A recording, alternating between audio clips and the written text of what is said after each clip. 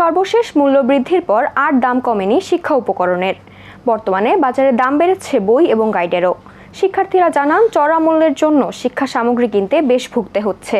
এ সকল পণ্যের দাম কিছুটা নাগালে আসলে সকলের জন্যই সুবিধা। বিস্তারিত তাসকিয়া আহমেদ চিন্তার রিপোর্টে। শিক্ষার্থীদের নিত্য প্রয়োজন উপকরণগুলোর মধ্যে থাকে কলম, পেন্সিল, খাতা সহ বিভিন্ন শিক্ষা সামগ্রী। তবে বিগত বেশ কিছু বছর ধরে এ সকল উপকরণ কিনতে হিমশিম খেতে হচ্ছে সাধারণ শিক্ষার্থীদের। সর্বশেষ মূল্য বৃদ্ধির পর এখনও তেমন একটা দাম কমেনি শিক্ষা উপকরণের।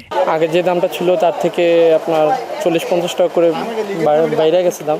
যেমন এইটারই পেপারই স্যাম্পল আগে ছিল দেখা যাচ্ছে 600 টাকা, এখন 680 টাকা থেকে নিচে হচ্ছে। শুধু বই ছাড়াও যদি আমি খাতা কলম কিনতে যাবো, সেগুলোর দাম আমার কাছে কিছুটা বেশি মনে হচ্ছে আগেরকার থেকে।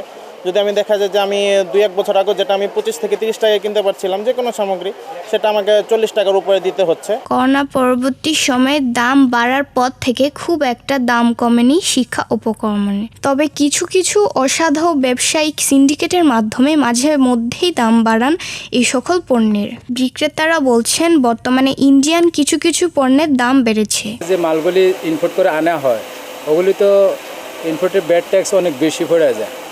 এখন যদি এই জিনিসটা যদি আমাদের দেশে আসি, যদি 120 টাকা পড়ে, তাহলে আমরা একটা 30 টাকা বেচতে হবে। এখন আনার উপরে সব বেসিস করে। বিভিন্ন গাইড এবং বই কিনতে আসা শিক্ষার্থীরা জানান, বই এবং গাইড এখনও বাজারে চড়া দামে বিক্রি হচ্ছে।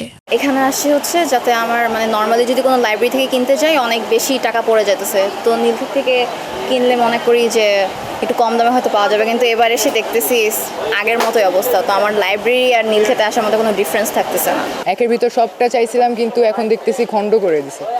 আগের মতো নাই আর কি, একটার ভিতরে যে সব সাবজেক্ট থাকতো ওইটা নাই।